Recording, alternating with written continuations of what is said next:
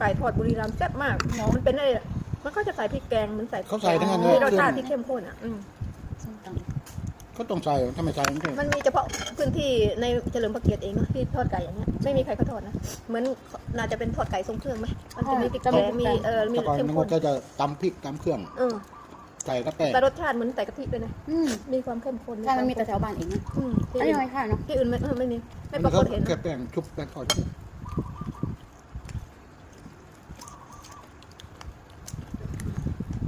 แค่บอก แซ่บหลายกินขนมจีนหมดหลายกระจาน ก็บอกหนุ่มสาวมาเลยมากินของสงบไปก่อนก็ติดใจ นางทำอาหารคุ้มกรอบ แกทอดไก่ขายแล้วก็ทำก๋วยเตี๋ยวแล้วก็ ทำไมไอ้เย็นตาโฟสุดแซ่ อาโรทำอะไรอร่อยสุดแซ่บสุดทำอาหารอะไรแซ่บสุด ต้มยำต้มตุ๋นอารมณ์กินรสไม่จัด เดี๋ยวค่ะเดี๋ยวจะไปทานต่อนะคะ ไปต่อกับคุณอาทั้งสองโชคดีมีความสุขค่ะ